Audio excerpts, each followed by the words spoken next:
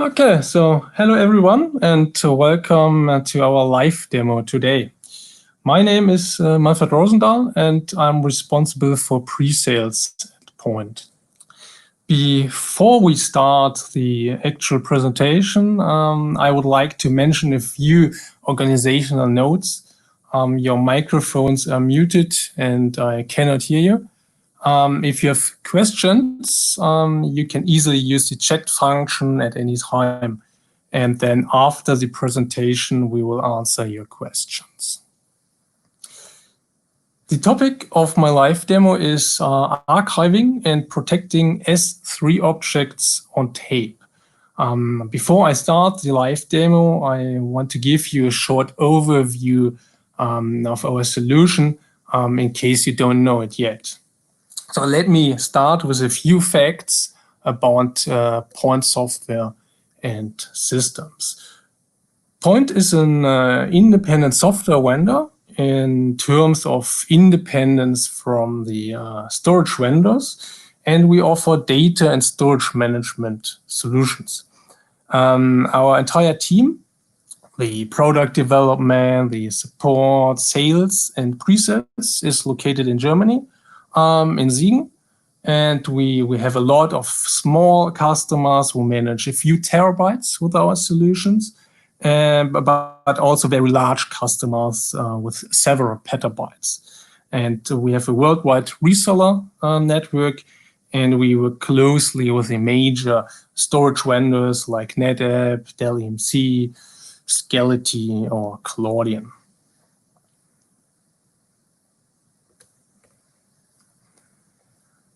The first challenge with S3 object storage is data protection. So the question is, how secure is cloud or object storage? When you have a look at object storage vendors, they highlight the availability. So in the technical specs, you will typically read a percentage representing the system uptime, for example, something like 99.999%. And on the one hand, there are hardware-related data loss scenarios, like disk failures, node failures, or even site failures. And all these failures can be covered by erasure coding or replication to a different site. But on the other hand, there could be software errors in your object storage, malicious deletion, or ransomware.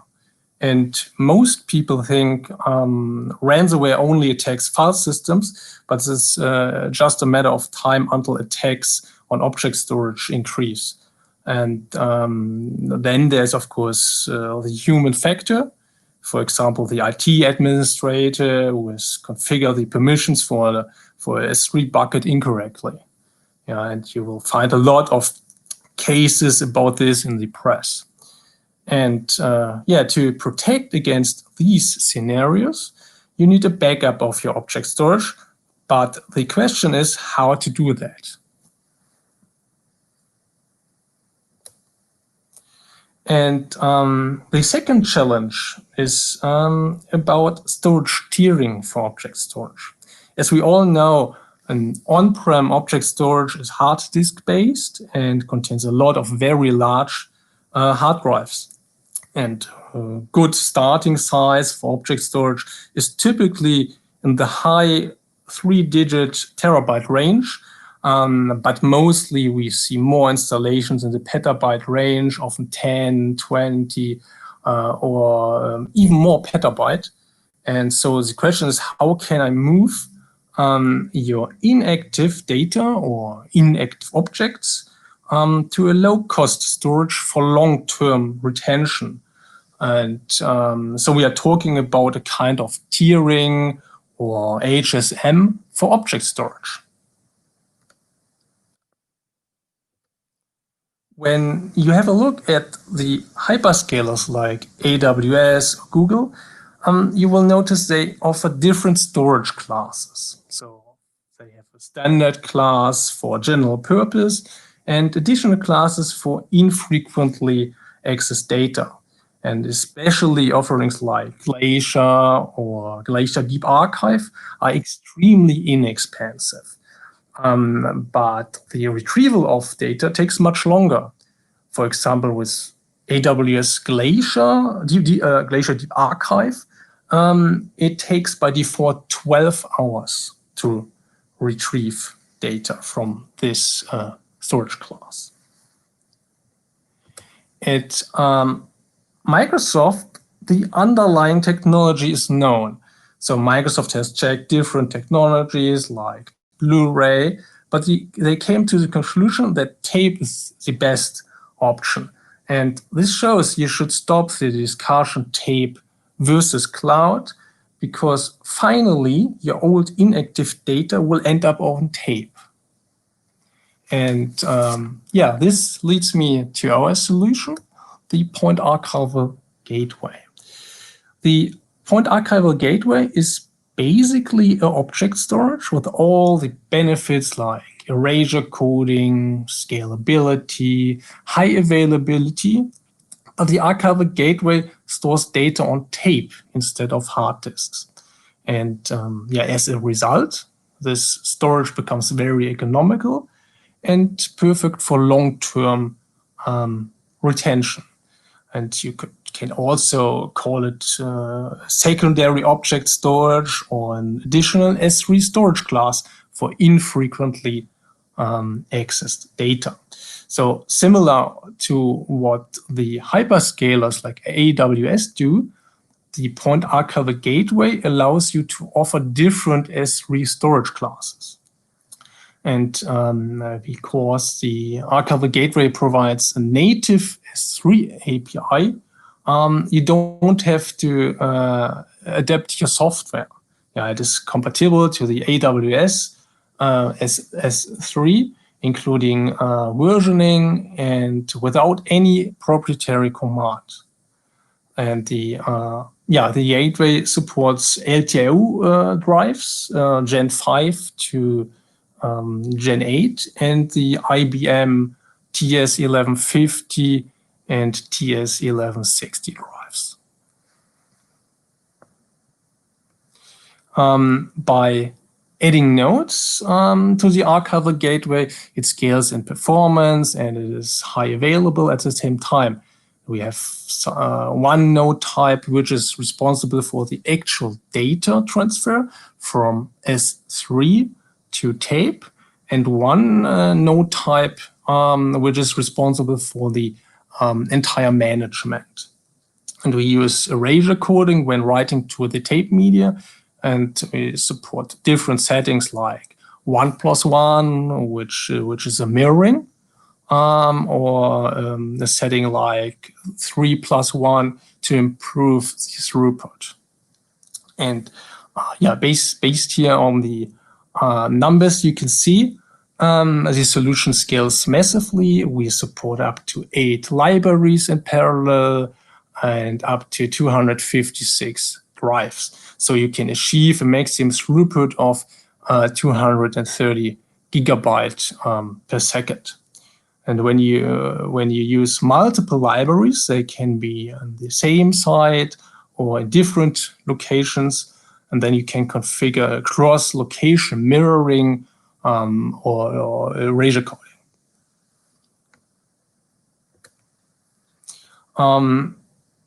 I will explain these items here again in the live demo, but let me use this graphic to explain the architecture. So starting at the bottom, we call a tape library internally archival storage device, and each cartridge is an archival storage volume. And protected volume array, or PVA, is a set of tapes depending on the erasure code rate. It consists of 1 to 4 tapes. And we take multiple of these PVAs to create a petition, which is just a logical unit in the Archival Gateway. And then we create three buckets in that petition. And when you define your erasure code rate for a petition, the allocation is not limited to one library, but we can take multiple libraries to distribute the erasure code segments to different libraries. And as I've mentioned before, you can implement this within the same location or with multiple locations as a stretched cluster configuration. And next, I would like to give you an example for the erasure coding. So in this case here, it is 3+1 erasure coding.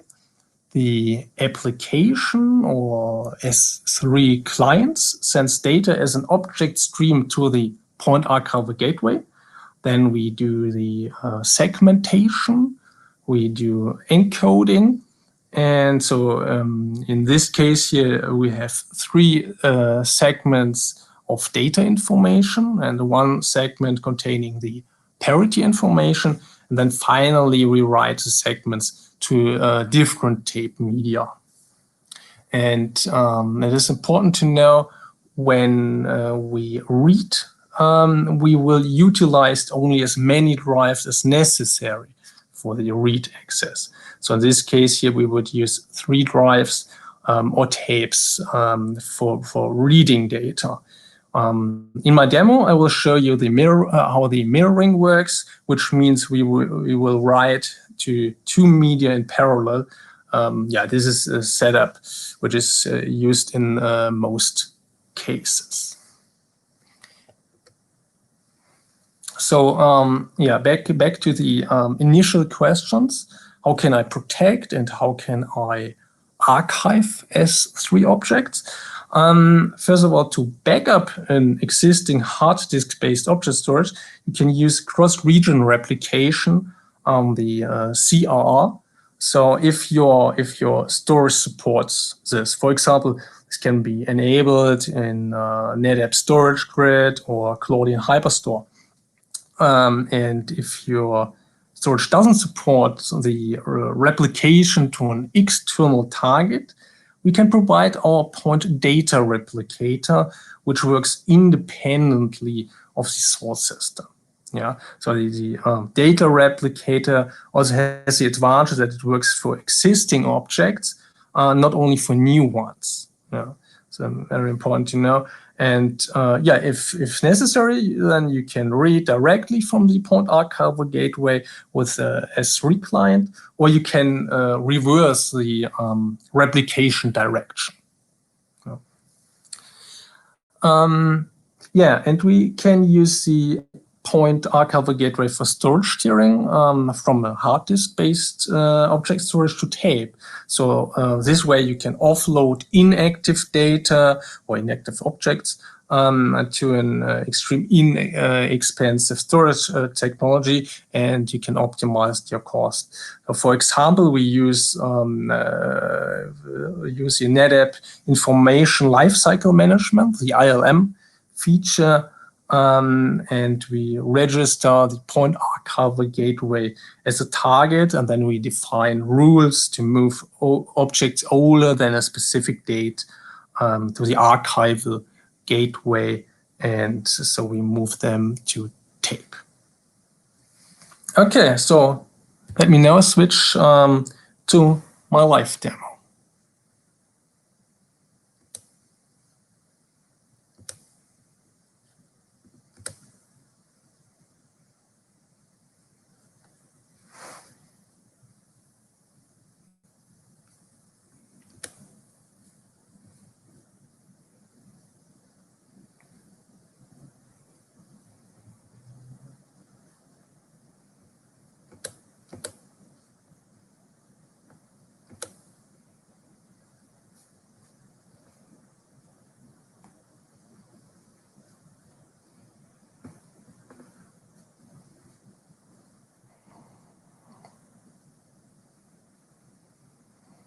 Just a second.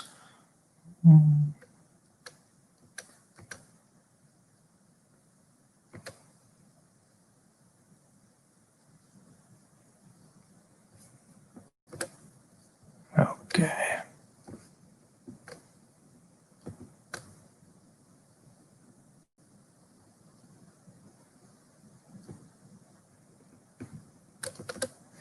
Okay. I hope you can see my environment now. I will do the live demo with our emulator version, which emulates a tape library for demo purposes only. You should just keep in mind the emulator doesn't reflect the latency and the load process of a real tape library. So some processes are faster than it would be with a physical library.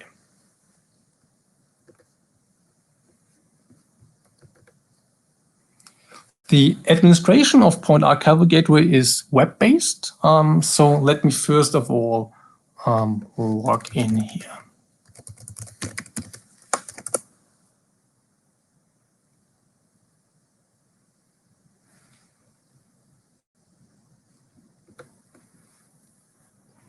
Okay, so we have a nice dashboard. So you can you get an overview about your configuration and the status if everything is fine.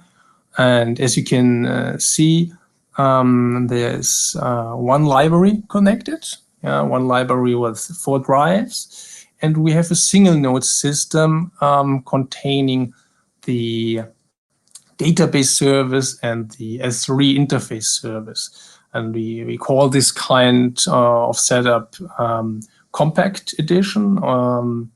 Yeah, this is what the CGN1 means here, compact gateway node. And in most cases, we start with one compact edition or add a second one for availability.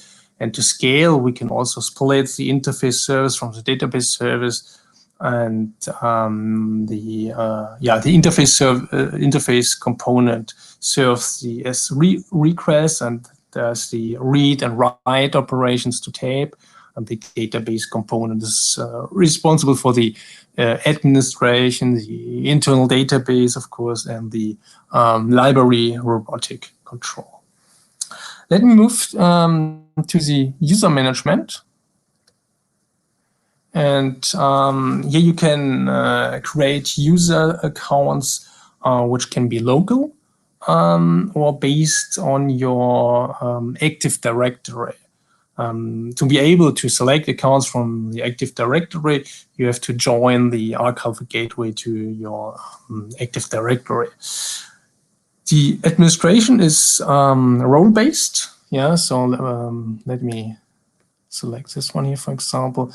Here you can see the roles. When you create a new user, you can select from predefined roles like system manager, petition manager, and so on. And for each account, you can enable the S3 access. Yeah. And when you enable it, it will create an access key and a secret key, which will be shown only once. And if you lose the secret, you can only create a new one, and the current one will become invalid. Okay, and here are some important security features, like the audit log. Yeah. And here you can set some settings like the management login timeouts and so on. The next important step is to create a so-called petition. Yeah. So let me create a new one. Petition, as I've mentioned before, is a logical unit, and it consists of one or more protected volume arrays, which depends on the chosen erasure code rate.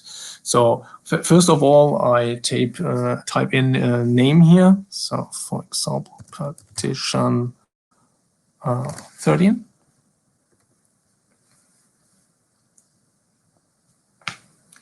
And now you can select the erasure code rate and how the tapes are located from your library. In case you have multiple libraries connected, you can enforce high availability, this option here, which means, for example, you have erasure code of 1+1, yeah, and you have two libraries at different sites. The media is allocated from different sites to achieve a high availability in case of an error with one library. Okay, yeah, let me choose the 1-2, or which means 1+1, which is a mirroring. Yeah, and the archive gateway will automatically choose 2 empty tapes from my library, and then create the first protected volume array, the PVA. And once the tapes are full, PAG will automatically create the next protected volume array, and so on, and it will expand this petition here. Yeah, this way. Okay. So I apply this setting here, and yeah, the next step is to create an object repository, or better known as a S3 bucket, within this petition here. You can have multiple buckets in one petition if you would like to. You can either create the bucket here in this graphical interface, the web interface, or with a S3 client. Now, so let me create a new bucket here. Bucket 13. Okay.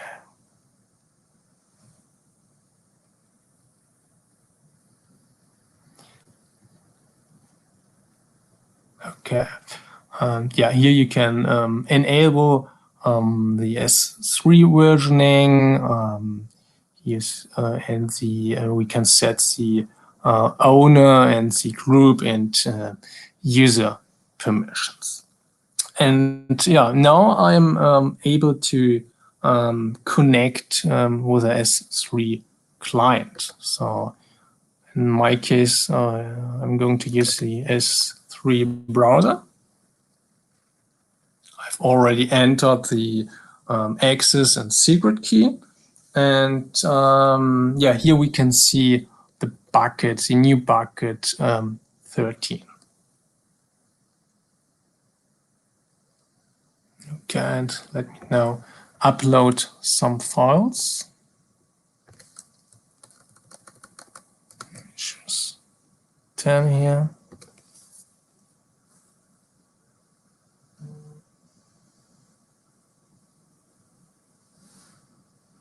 And in the log file on the PAG, we can see there are some database operations here, yeah, and two tapes were loaded to 2 different drives, yeah. Okay, and yeah, when I open the statistics here, yeah, you can see when we choose the node, we can see the S3 requests and the traffics, and when I select the library, we can see the drives and the throughput to the tapes. So let me upload some more files, and we can watch the statistics again. So let me expand these ones here and upload again some more files.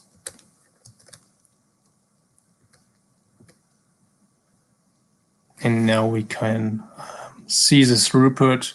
So some objects are coming in.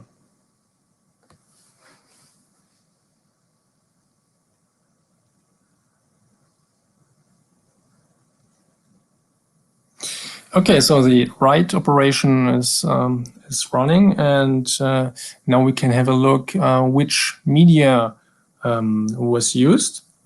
So here in the device management, we see the tape library and the media. Yeah.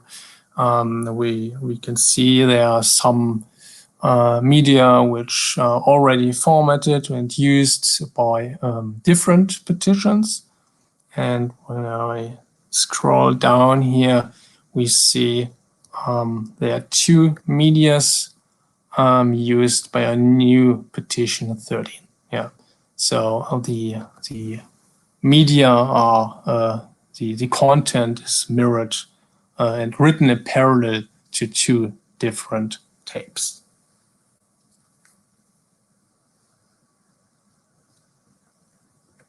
Okay, in the same way, back to the S3 browser, I can download objects.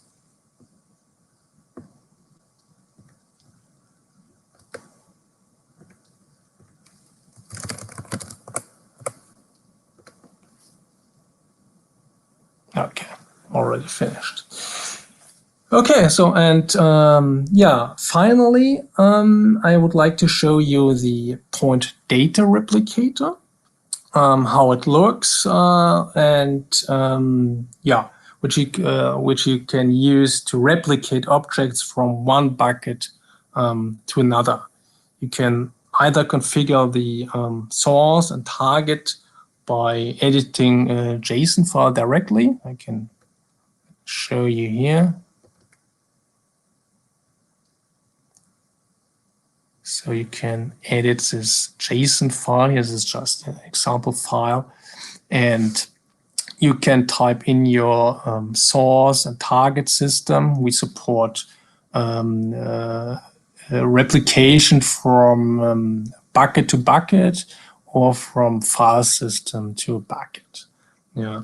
And you can use this JSON file here directly if you prefer this, or we can use the point data replicator configuration editor. So let me open the default config file here. And we can define some global parameters like the number of threads or the database location. So I can browse for it. And yeah, then you can configure a new task. Yeah? And then we type in the, we select first of all the source type. So in my case, it's S3 to S3. And then I type in the source URL, the access key, the secret key, and so on for both, for the source and target system. And then finally, you can, I can go to the options section, and here you can, for example, just select to include metadata or the S3 objects, or you can filter the objects to be replicated by a specific timestamp. Yeah, this is how the point data replicator looks like. Okay, so yeah, that brings me to the end of my demo. Thank you for your attention. And yeah, before I move on to your questions, I would like to mention our website where you can download the PoINT Archival Gateway white paper. Okay, so now I would be glad to answer any questions you might have. So let me check if questions have come in.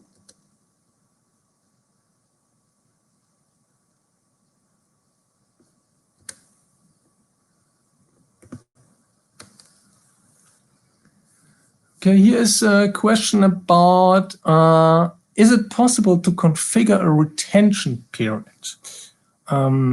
Yes, this is something, oh, what happens now? I hope you can still hear me.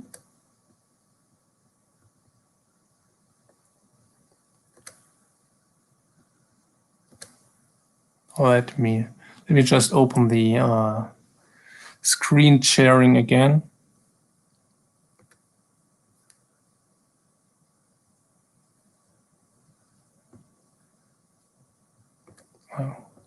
Let me go back to this one here.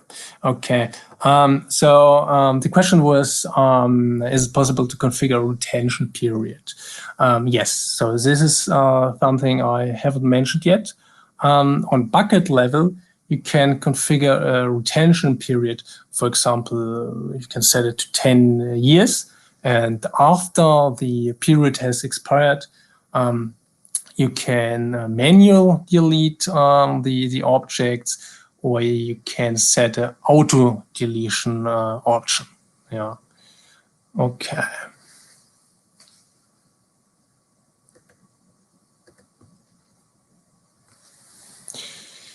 And here is another question. What happens when a tape reaches its maximum capacity? Yeah, so this is something you don't have to worry about. The PoINT Archival Gateway will automatically allocate and format a new tape or a set of tape, and it will be added to the petition. Yeah, so the capacity is automatically expanded, and you have only to make sure there are enough empty tapes in your tape library.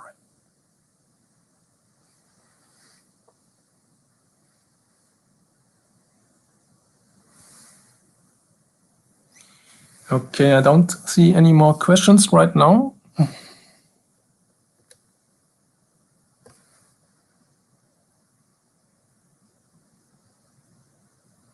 Okay, here's one more question. Could you please show which layer belongs to the service and which layer belongs to the tape library?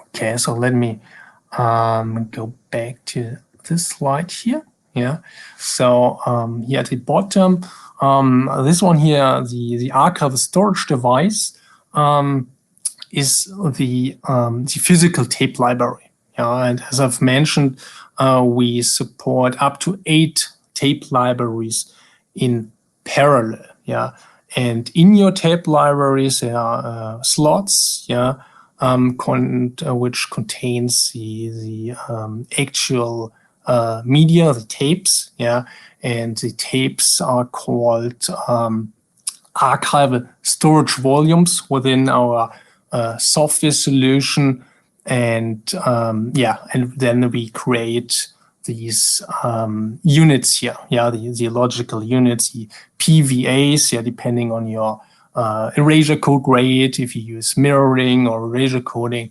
and based on the protected volume arrays, we have the petitions. Yeah, and within a petition, there are the S3 buckets.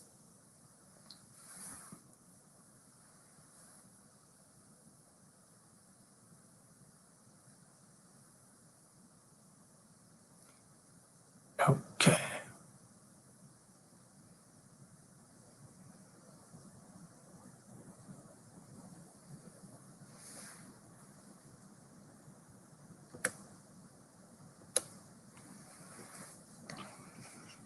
I don't see any more questions.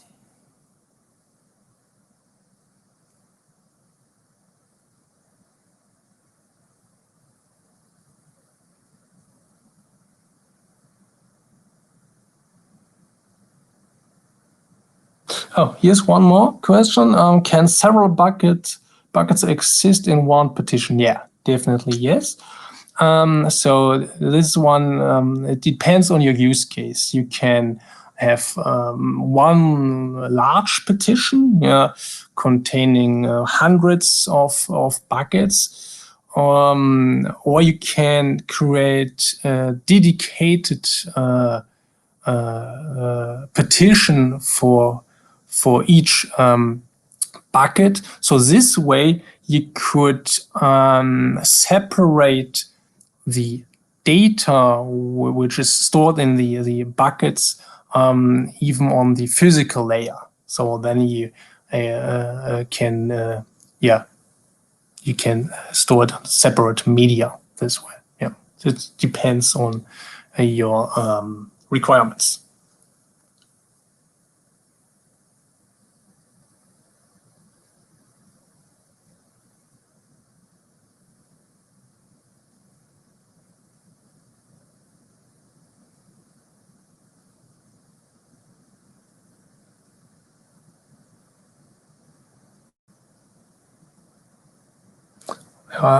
There's one more question. I think I've already answered this one, but there's one. But the user management, is a user bound to one petition, multiple, or all? Yeah. Of course, one user can have access to multiple buckets if you like. Yeah. So the permissions are set on bucket level. Yeah. So by default, when you create a new user and enable the S3 access, it is there's no bucket assigned to this new user. Yeah. So you have to assign a new bucket, or you can set a default petition. So when this user creates a new bucket with an S3 client, this one will be stored on that specific petition. Yeah.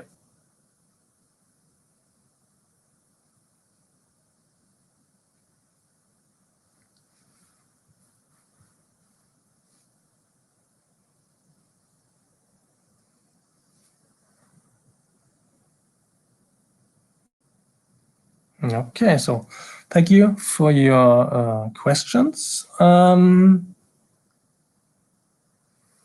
So if you have any further questions, please do not hesitate to contact us. And of course, we would also like to offer you the option of a proof of concept at your site. Yeah. And if you don't have a tape library, we can provide the emulation version to you. So it is the PoINT Archival Gateway, but the tape library is emulated for testing only. Okay, so yeah, thank you very much for your time, and have a nice day. Bye.